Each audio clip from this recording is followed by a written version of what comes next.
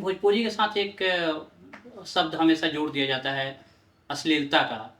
तो आपको क्या लगता है ये कहाँ तक जायज़ है? हाँ, कुछ लोग हैं जिनको लगता है कि उनका दाल-रोटी उससे चल रहा है, तो वो करते हैं। पर हमें तो लगता है कि कुछ ऐसा करके जाना है भोजपुरी के लिए कि हमारे मरने के बाद भी लोग याद करें कि हाँ, हम लोगों ने कुछ किया था भोजपुरी के लिए।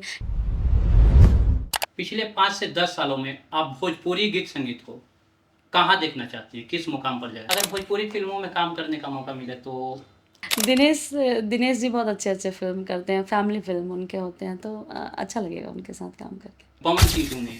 पवन सिंह भी अच्छे हैं, पर उनके साथ मैं गाना ज़्यादा पसंद करूँगी, वो गाते बहुत अच्छा है।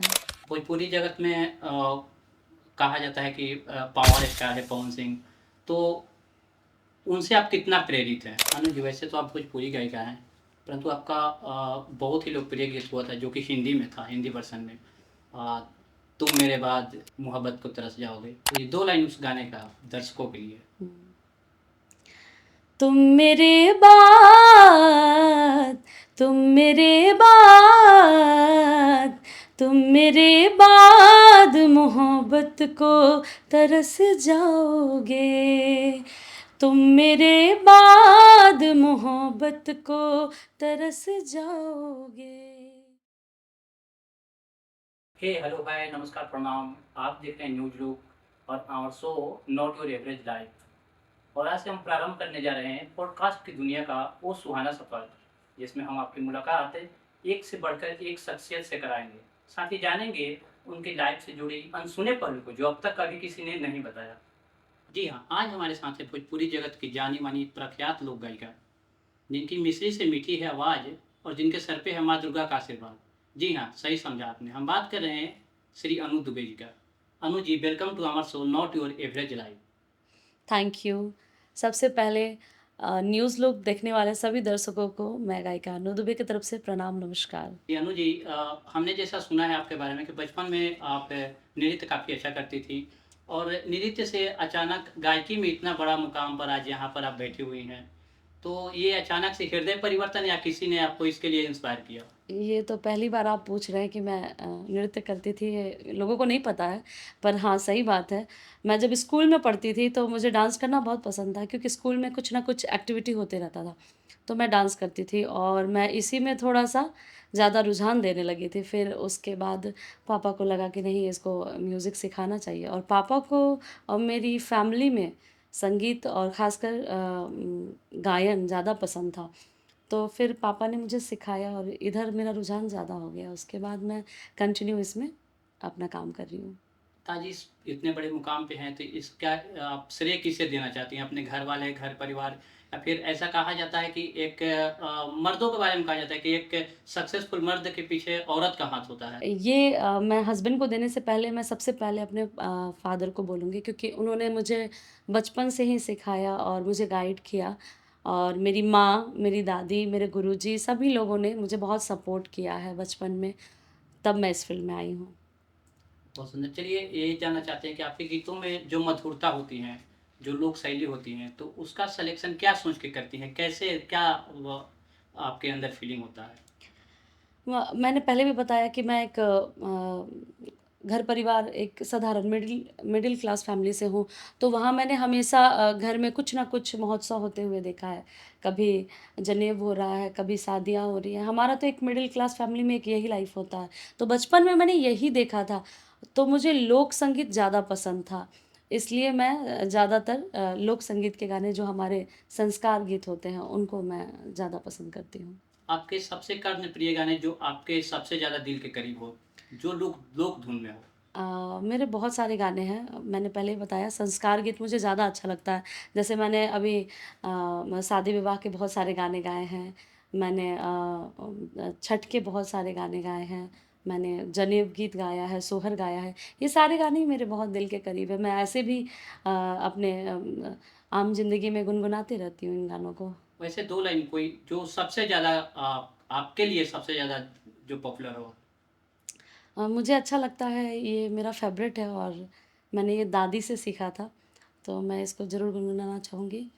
हुँ, निमिया के डाढ़ मैया लावेली झूलू हवा के झूली रे झूली ना, मैया मोरी गावेली गीती या के झूली रे झूली ना।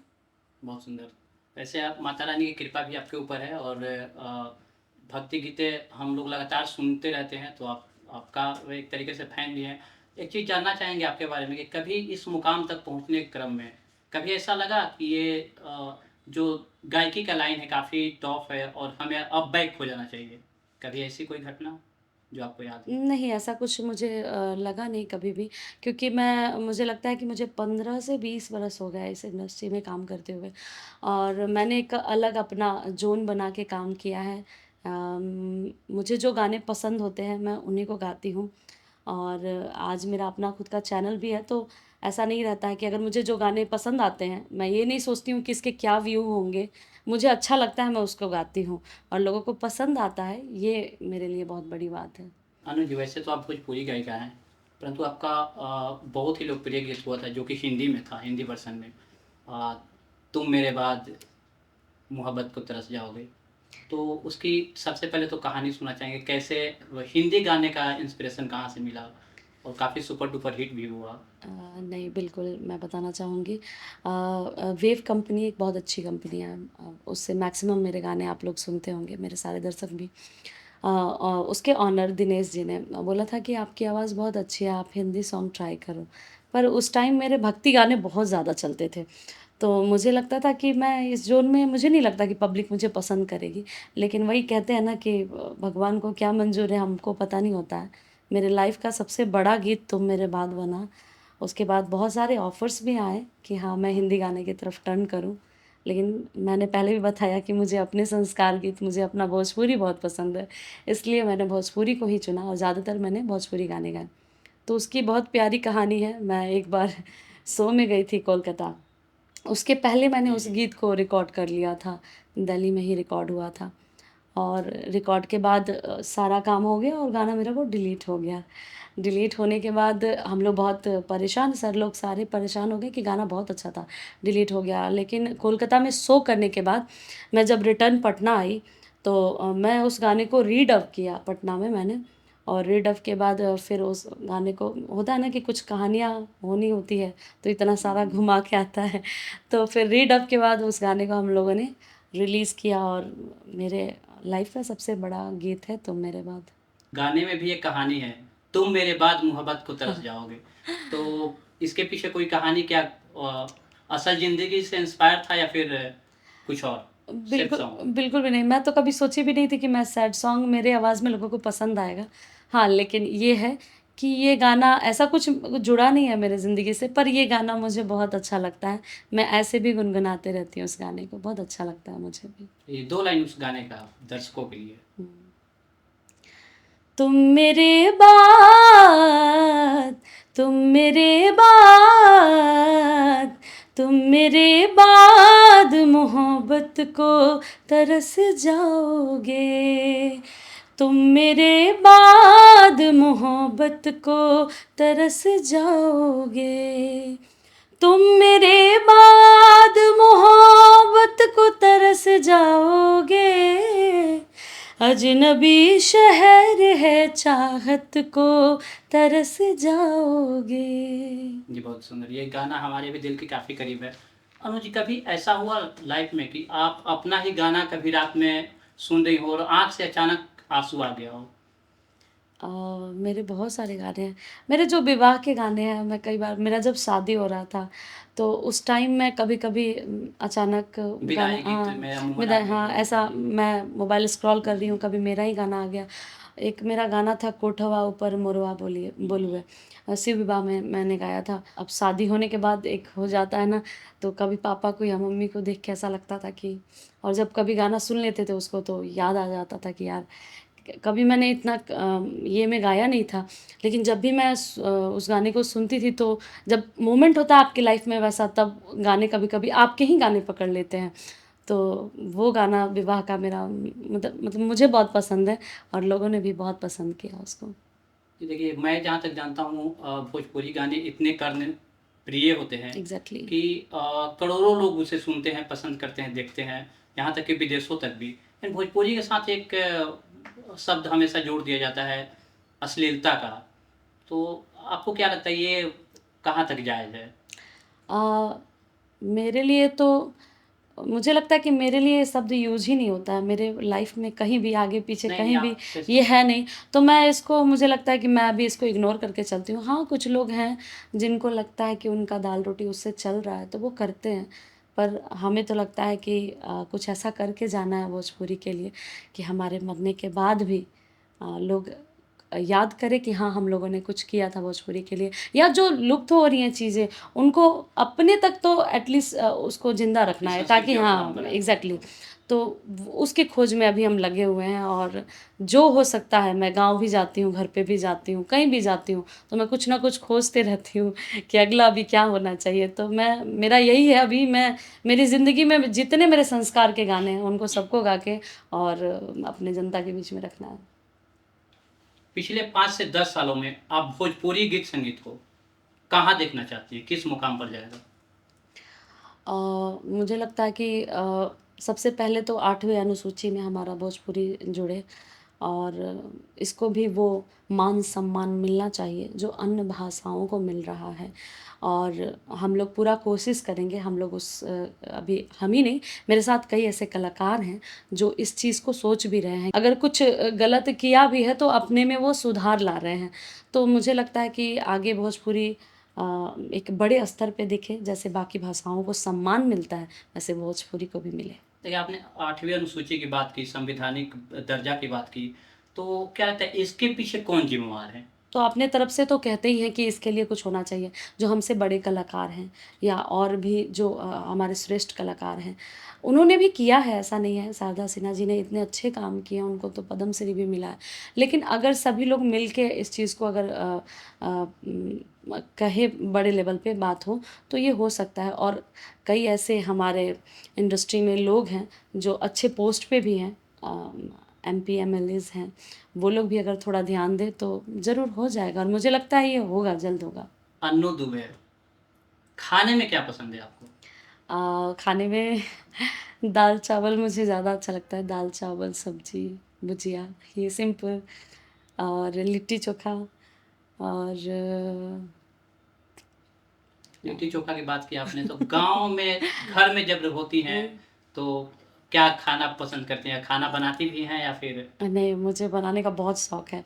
मैं जब भी फ्री रहती हूँ तो कुछ ना कुछ बनाती रहती हूँ। मैं तो गाँव से यहाँ पे आ गई दिल्ली में, तो यहाँ पे मुझे जब भी याद आता है, मेरी मम्मी बहुत अच्छा बनाती हैं। तो मम्मी का जब भी याद आएगा ना, तो मैं बनाऊँगी कि हाँ, और फिर मम्मी को कॉल भी करूँगी, इसमें क्या डालते थे, इसमें कैसे डाल के बनाते थे। तो कुछ अगर मैं भूलती हूँ तो मम्मी को पूछ लेती हूँ, और मैं खाना भी अच्छा बनाती हूँ, और सिंपल खाना मुझे ज़्यादा पसंद है। अच्छा, कभी मौका मिला तो ज़रूर आपके हाथ के खाना खाना चाहेंगे। बिल्कुल। अनु जी, कभी ऐसा हुआ आपकी लाइफ़ में कि आप स्टेज कर रही हो और किसी का कोई कमेंट या जो आपको हतप्रत कर गया हो, या फिर कोई ऐसा वाक़या जो कि लगा हो कि ये हमारे संस्कृति से अलग की चीज़ है, हट के है? मेरे साथ तो मैं बहुत लकी हूँ, मेरे साथ अभी कभी ऐसा कुछ हुआ नहीं, क्योंकि मैं जितने भी कार्यक्रम करती हूँ वो बहुत पारिवारिक होता है। बहुत अच्छे से लोग एन्जॉय करते हैं। हम अगर जाते हैं 2 घंटे का शो करने, हम 3 घंटे का शो करके आते हैं। तो ऐसा कुछ मेरे साथ हुआ नहीं है। बिहार में थोड़ा बहुत होता है, हल्ला-हंगामा तो करते हैं सब, लेकिन मेरे साथ सब गुड रहता है, अच्छा है। ऐसा कोई वाक़या जो या फिर यूट्यूब पर किसी किसी ने आपके गाने को देख कर के कोई ऐसा कमेंट करा हो जिसके बाद आपकी हँसी नहीं रुकी हो? हाँ, क्या बोलेंगे, अभी मैंने कभी सर्च नहीं किया है। कई बार मैं कमेंट्स पढ़ते रहती हूँ, अलग-अलग कमेंट्स आते हैं, फैन्स के अपना अलग-अलग सोच है। कुछ नहीं कह सकते हैं, क्या बोलेंगे, मैंने कुछ ऐसा ध्यान नहीं दिया। अगर भोजपुरी फ़िल्मों में काम करने का मौका मिले तो अरे! ये तो बहुत पहले एक बार मिल चुका था, तभी मैंने कह दिया था कि मुझे गाना ज़्यादा पसंद है, नहीं, बहुत मेरा कुछ प्रश्न करना था है। कि भोजपुरी फ़िल्मों में काम करने का मौका मिले तो किस हीरो के साथ काम करना चाहेंगी? भोजपुरी में हीरो के साथ, सारे मेरे भाई जैसे हैं, किनके साथ मैं काम करूँगी? काम करने का मौका मिला तो किसके साथ? वैसे मुझे तो अभी फ़िलहाल ऐसा कुछ मूड नहीं है। अगर मिला तो अ, वैसे मेरा प्रश्न धर्म संकट वाला है नहीं। नहीं बट ऐसा कुछ नहीं है। दिनेश दिनेश जी बहुत अच्छे-अच्छे फ़िल्म करते हैं, फैमिली फ़िल्म उनके होते हैं, तो अच्छा लगेगा उनके साथ काम करके। दिनेश जी ही क्यों, पवन सिंह क्यों नहीं? अ, पवन सिंह भी अच्छे हैं, पर उनके साथ मैं गाना ज़्यादा पसंद करूँगी, वो गाते बहुत अच्छा है। भोजपुरी जगत में कहा जाता है कि पावर स्टार है पवन सिंह, तो उनसे आप कितना प्रेरित हैं? पवन सिंह बहुत अच्छे कलाकार हैं। सबसे पहले तो एक वो कलाकार होता है ना, जो सॉफ्ट हार्टेड, मतलब उनका दिल बहुत तो सॉफ्ट है वो। और सबसे ज़्यादा कि वो क्या होता है ना कि कुछ सोचते नहीं है, बस बोल देते हैं। तो उनके होता है ना कि बहुत लोग सोच के बोलते हैं, वो सोचते नहीं हैं, उनको जो अच्छा लगता है, वो बिहारी बाबू जैसे हैं, जो अच्छा लगता है उनको बोल देते हैं। कलाकार बहुत अच्छे हैं, दिल के बहुत अच्छे इंसान हैं। जी, बिल्कुल। अनुज जी, क्या कभी ऐसा वाक़या हुआ, कभी किसी ने आपको प्रपोज़ किया हो, प्रोग्राम के दौरान या फिर सोशल मीडिया पर? हाँ, नहीं ऐसा कभी नहीं हुआ, क्योंकि मेरे साथ मेरे फ़ादर रहते थे, तो हिम्मत ही नहीं है। मेरे साथ मेरे पापा हमेशा रहे हैं, ऐसा कुछ कभी हुआ नहीं है। लेकिन हाँ, मतलब मेरा शादी को लेके है कि काफ़ी सारे चर्चाएँ रहीं घर में, काफ़ी सारे रिश्ते आए, लेकिन जो पापा को पसंद रहा उससे मैंने शादी किया। जैसे अभी पिछले दिनों आपका शादी की सालगिरह थी, तो इतने दिनों का सफ़र कैसा रहा? मेरे घर सा गृहस्थी वाली सफ़र कैसा रहा? एग्ज़ैक्टली मेरे शादी के 5 साल हो गए, लगता नहीं है, क्योंकि हम भी बिज़ी रहते हैं, वो भी बिज़ी रहते हैं। हम मिलते ही बहुत कम हैं, तो बस हम टाइम ढूँढते रहते हैं एक-दूसरे के साथ स्पेंड करने के लिए। बाकी हम दोनों मिल के अपना ज़िंदगी बहुत अच्छे से चला रहे हैं, और बहुत अच्छा है, मज़ा आ रहा है ज़िंदगी जीने में। ऐसा कोई सॉन्ग जो आपको बहुत ज़्यादा पसंद हो, परंतु आपके घर वालों को पसंद नहीं? मेरा हाँ, आपका सॉन्ग। मेरे सॉन्ग में तो ज़्यादातर नुक्स मेरे पापा ही निकालते रहते हैं, ये वाला अच्छा नहीं है, ये वाला अच्छा नहीं है, क्योंकि मेरे पापा खुद भी लिखते हैं। तो कई बार कुछ ऐसे गाने होते हैं जो पापा को नहीं पसंद आते हैं, तो वो मेरे को पर्सनली फ़ोन करके बोलेंगे, ये अच्छा नहीं था, तुमको ये नहीं गाना चाहिए था, कुछ अलग गाना चाहिए था। तो है ऐसे 2-4 सॉन्ग होंगे जो पापा को नहीं पसंद आते हैं, पर ठीक है। अनुज, किसी भी गायक के लिए उसकी आवाज़ ही उसका जमा पूँजी होता है। हुँ। तो कई बार होता क्या है कि काफ़ी हार्ड वर्क करने की वजह से गला भी आप लोग का लग जाता है। तो गला को ठीक करने के लिए क्या खाती हैं?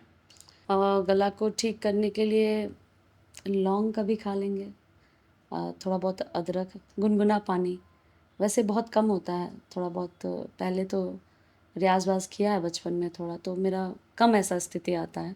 लेकिन कभी ऐसा हो जाए, तो लौंग वगैरह खा लेते हैं, थोड़ा गुनगुना पानी ले लेते हैं। ये होता क्या है कि लड़कियों को कुछ भी दिक्कत हो, वो गोलगप्पा, समोसा, चाट ये सब खाना नहीं छोड़ती हैं। तो नहीं, वो तो क्या है। ऐसा वो मुझे भी मुझे लगता है कि मैं अपने जीवन में हर रोज़, चाहे वो ठंड हो, गर्मी हो, कुछ भी हो, मैं हर रोज़ दही खाती हूँ, मुझे दही बहुत पसंद है, और मैं आज भी खाती हूँ, मैं रोज़ खाती हूँ।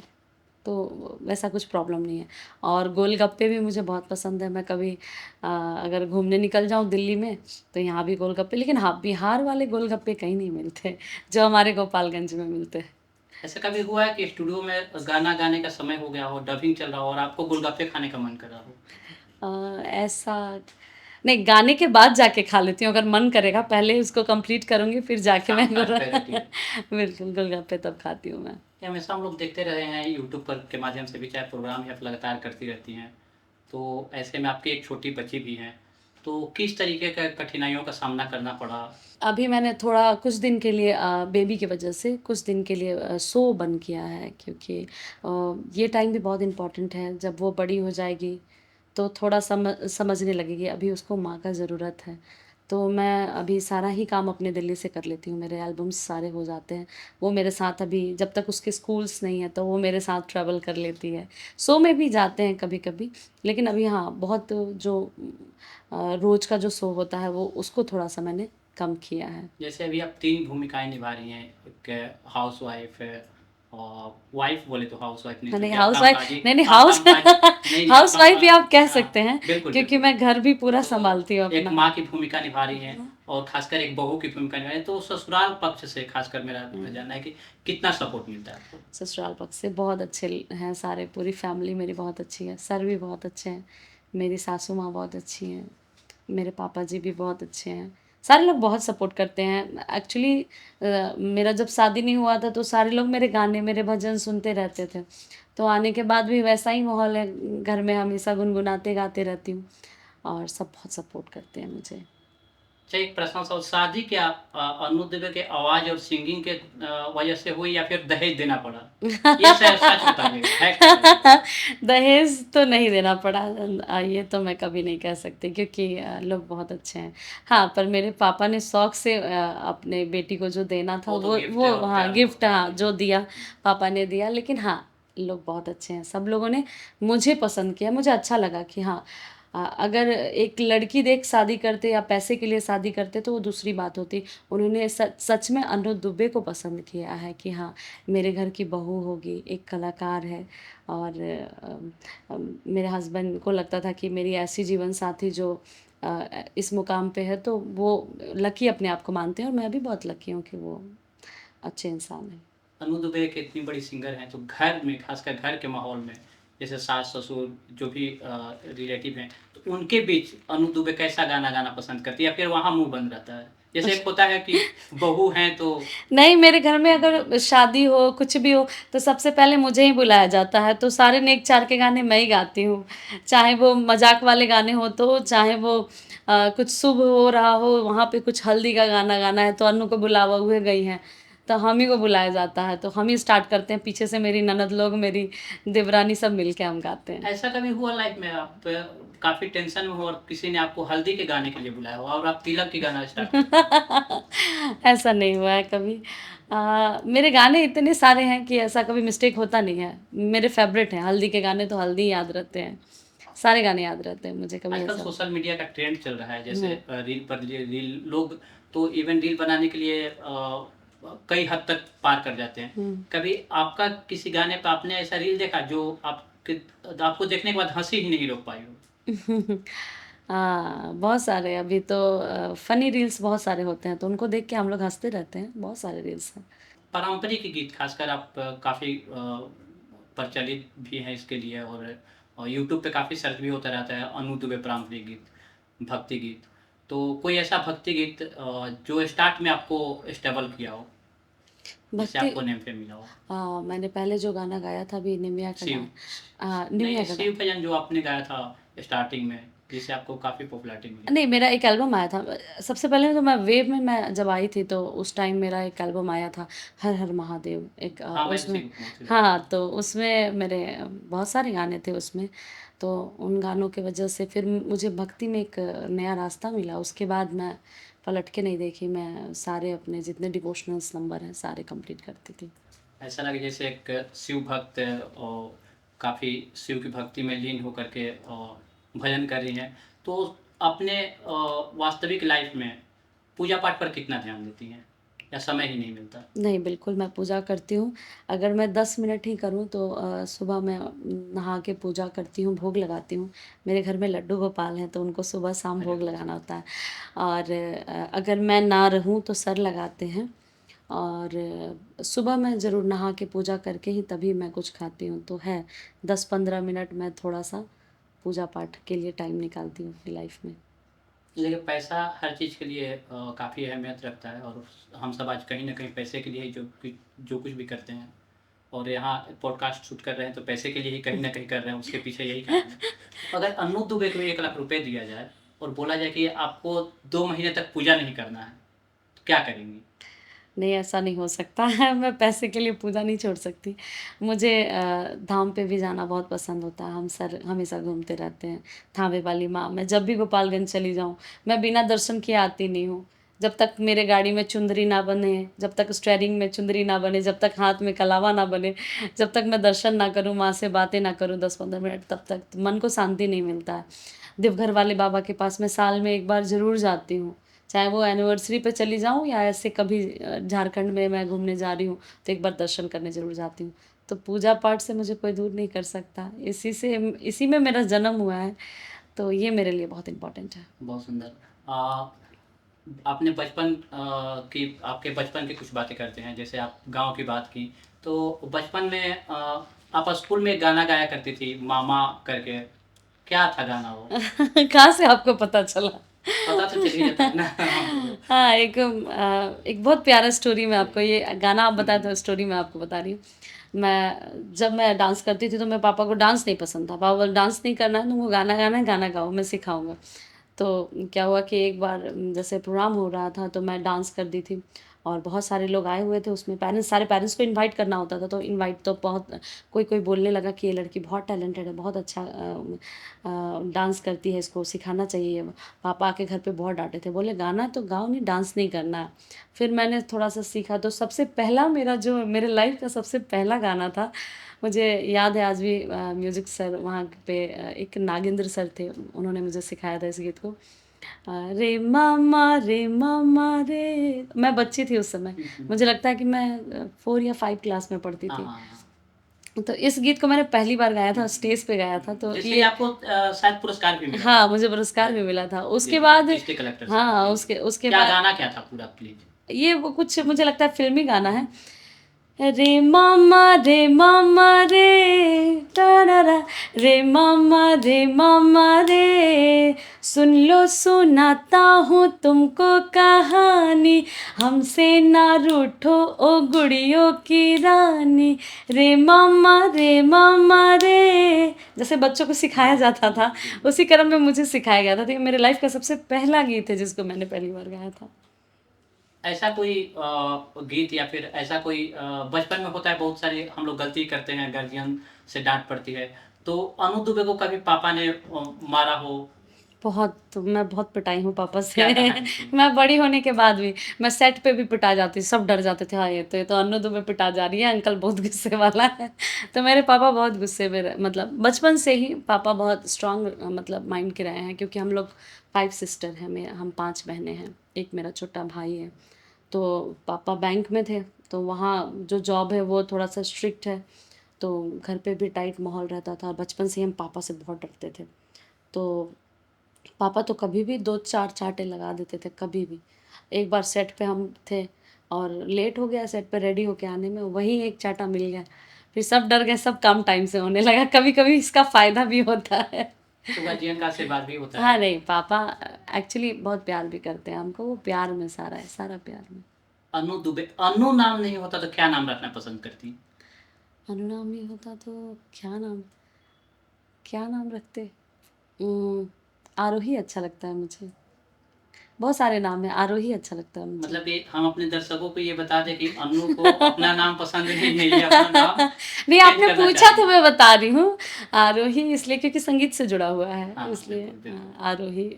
मैं सोची भी थी मैं अपनी बेटी का नाम आरोही रखूँगी, लेकिन सर को अवनी पसंद आया, तो आज उसका नाम अवनी हम लोगों ने रख दिया। काफ़ी अच्छा प्यारा नाम। हाँ। अनु जी, वैसे तो आप बिहार की बेटी हैं और हमारे यहाँ एक कहावत काफ़ी फ़ेमस है कि एक बिहारी सौ पर भारी। फिर भी एक महिला कलाकार होने के नाते इतने बड़े मुकाम पर पहुँच गई हैं, किन-किन परेशानियों का सामना करना पड़ा आपको? मैं तो बहुत लकी रही हूँ कि मुझे परेशानियाँ नहीं मिली, क्योंकि मेरे साथ मेरे फ़ादर रहे हैं। जब मैं बचपन में गाती थी, बचपन के मेरे स्ट्रगल रहे हैं, तो पापा रहे मेरे साथ।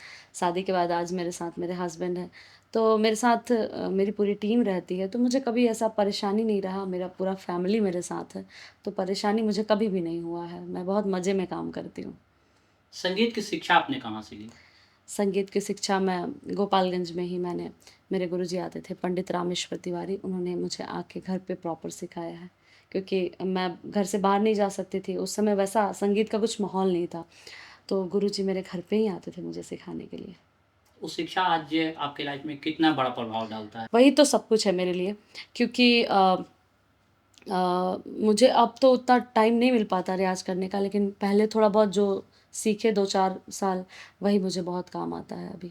ऐसा कोई गाना जिसे आपको बहुत ही ज़्यादा पसंद हो बल्कि वो यूट्यूब पर नहीं चला हो? उम मेरे सारे गाने थोड़े बहुत चल ही जाते हैं, लेकिन हाँ, मेरा एक गाना था लेकिन बाद में वो भी चल गया। मेरा एक जनेब का गीत था, मुझे बहुत पसंद आता था, बाद में वो ट्रेंडिंग में आ गया। क्या कहानी थी 2 लाइन? मैंने जब उसको गाया था, तो मतलब लोगों को लगता था कि ये क्यों, मतलब जनेब का गीत क्या मतलब, वो कुछ का सेंस नहीं बनता है हमारे इंडस्ट्री में। बहुत कम लोग जनेऊ हाँ, समझते जनेब भी कम है। समझते बहुत कम लोग हैं। हमारे जो संस्कार होते हैं हाँ उन हाँ बिल्कुल, संस्कार में एक उपनयन उपनयन संस्कृति। संस्कार आता है। तो मैंने पहले ही बताया कि संस्कार के गाने गाने मुझे बहुत पसंद हैं और मैं चाहती हूँ कि उसको जन जन तक पहुँचाया जाए। तो मैं तब से मतलब वो गाना मैंने डब किया था 2019 में, 19 में मैंने डब किया था। वो 19 का गाना आज ट्रेंडिंग में है। मैंने सोचा हाँ नहीं मैं था वही कि वही कहना चाह रहा था, हाँ बिल्कुल। 19 बहुत पुराना हो गया। तब मैंने रिकॉर्ड किया था, तो मुझे लगता नहीं कि व्यू आज उसी गाने को लोग इतना पसंद कर रहे हैं, उस पे रील्स बनते हैं। हाँ जब बिल्कुल। घर में जनेब होता है उस पे रील्स बना रहे हैं सब। क्या गाना था, 2 लाइन दर्शकों के लिए? देवघर में खाड़ बरुआवा जानेउआ करे हे आहे के हउए देवघर के मालिक जानेउआ कराइले हे। मतलब बहुत ये अलग बहुत ही चीज़ है, बहुत क्योंकि प्यारा सॉन्ग, बिल्कुल। इसको आज भी लोग घर-घर में गाते हैं, औरतें गाती हैं। और इसको लाना, तो मुझे लगता है कि जिस अभी जगह पे हम लोग हैं, अगर हम लोग ही इस चीज़ को जन तक नहीं पहुँचाएँगे, तब ये बिल्कुल, सारी चीज़ें लुप्त हो जाएँगी। बिल्कुल, बिल्कुल। और आने वाले दिनों में किस तरह का प्रोजेक्ट आपके आने वाला है, जो लोगों को सुनने को मिलेगा, देखने को मिलेगा? अभी मैं हर फ़िल्म में अभी जैसे भक्ति के लिए मैं अच्छा तैयारी करके रखी हूँ। और मैंने बताया पारंपरिक गीतों का भी तैयारी मेरा बहुत अच्छा है, क्योंकि मैं सर्च में लगी हूँ। मैं हर 1-2 महीने पे बिहार जा रही हूँ, झारखंड जा रही हूँ, हर जगह। और जो हमारी छुपी हुई चीज़ें हैं, उसको मैं निकाल के ला रही हूँ और अपने चैनल के माध्यम से सब लोगों को सुनाऊँगी और जन-जन तक पहुँचाऊँगी। आने वाले दिनों में अगर भोजपुरी फ़िल्मों में काम करती हैं, तो भोजपुरी फ़िल्म का नाम क्या होना चाहिए? चूँकि आजकल की जो फ़िल्में होती हैं, अटपटा टाइप का नाम होता है, ख़ासकर हमारे भोजपुरी इंडस्ट्री में। तो अ आपका अगर कोई फ़िल्म हो, तो उसका नाम क्या होना चाहिए आपके हिसाब से? मुझे भोजपुरी फ़िल्म में नदिया का पार बहुत अच्छा लगता था, उसकी कहानी, उसकी जी। स्टोरी। मतलब लोग अपने आप को उससे कनेक्ट करते थे। तो नाम ऐसा होना चाहिए जिससे लोग कनेक्ट करें फ़िल्म को, क्योंकि नाम से बहुत असर होता है। मतलब वो पता चलता है कि फ़िल्म का क्या पूरा सीन है या उसकी क्या स्टोरी है। तो नदिया का पार मुझे बहुत पसंद था। वैसा ही कुछ गंगा के पार, ऐसा कुछ पारिवारिक नाम होना चाहिए जिसमें एक अच्छा स्टोरी हो। हुँ। जैसे उसमें तो नदिया के पार में जो भी थे हीरो हीरोइन एक पारंपरिक गाँव के वेशभूषा से आते थे। तो अगर आपके फ़िल्म का कोई हीरो हो, तो कैसे परिवेश का होना चाहिए? एकदम बिल्कुल बिहारी बाबू होना चाहिए। बिहार के जैसे बिहार में जैसे गमछा-वमछा बाँध के, मुरेठा बाँध के, ऐसा हीरो होना चाहिए। सांस्कृतिक और अपने गाँव हाँ, से बिल्कुल, जुड़ा बिल्कुल। हुआ। हुँ। अंत में आप हमारे दर्शकों के लिए क्या सुनाना चाहेंगी? अंत में मैं मेरे तो बहुत सारे गाने हैं, गाने तो नहीं, लेकिन मैं अपने दर्शकों से ये कहना चाहती हूँ कि आप लोगों ने जो प्यार और आशीर्वाद मुझे दिया है, इसके लिए मैं बहुत आभारी हूँ। और मुझे बहुत अच्छा लगता है कि आप लोग मेरे ऐसे संस्कार गीतों को इतना सुनते हैं, इतना पसंद करते हैं और मुझे इतना सपोर्ट करते हैं। आप लोग प्यार आशीर्वाद बनाए रखिए, ताकि मैं भोजपुरी में जो काम कर रही हूँ, जो मैं सोच रही हूँ, उसको मैं प्रस्तुत करके वो मैं साबित करूँ। तो ये आशीर्वाद आप सबका चाहिए, थोड़ा-सा सपोर्ट करिए आप भी। Thank you so much Annu ji, और आप इसी तरीके से लगातार कामयाबी के शिखर पर चढ़ते जाइए, यही हमारी कामना है। थैंक यू सो मच हमारे थैंक शो यू। से जुड़ने के लिए। मिलते हैं अगले एपिसोड में एक और अगले कलाकार के साथ। Thank you.